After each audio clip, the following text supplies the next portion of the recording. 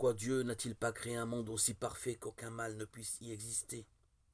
Selon sa puissance infinie, Dieu pourrait toujours créer quelque chose de meilleur. Cependant, dans sa sagesse, sa bonté infinie, Dieu a voulu librement créer un monde en état de cheminement vers sa perfection ultime. Ce devenir comporte dans le dessein de Dieu, avec l'apparition de certains êtres, la disparition d'autres, avec le plus parfait, aussi le moindre parfait, avec les constructions de la nature, aussi les destructions, avec le bien physique.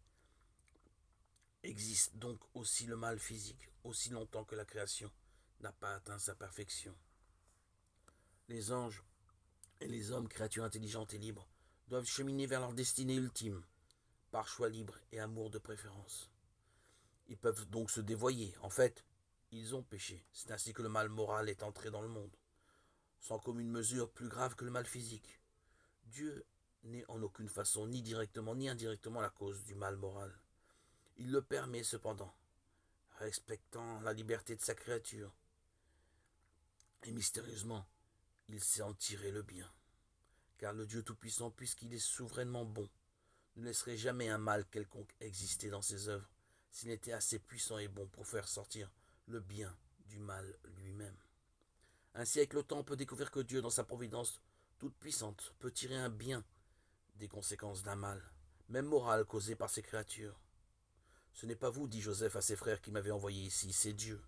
Le mal que vous aviez dessein de me faire, le dessein de Dieu l'a tourné en bien, afin de sauver la vie d'un peuple nombreux. Genèse 45, 8, 50, 20. Du mal moral le plus grand qui ait jamais été commis, le rejet et le meurtre du Fils de Dieu, causé par les péchés de tous les hommes. Dieu, par la surabondance de sa grâce, a tiré le plus grand des biens, la glorification du Christ et notre rédemption. Le mal n'en devient pas pour autant un bien. Tout concourt au bien de ceux qui aiment Dieu. Romains 8, 28. Les témoignages des saints ne cessent de confirmer cette vérité.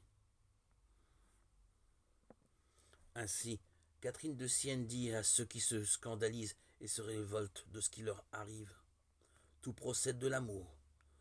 Tout est ordonné au salut de l'homme. Dieu ne fait rien que dans ce but. Et Thomas, mort peu avant son martyre, console sa fille. Rien ne peut arriver que Dieu ne l'ait voulu. Or, tout ce qu'il veut, si mauvais que cela puisse nous paraître, est cependant ce qu'il y a de meilleur pour nous.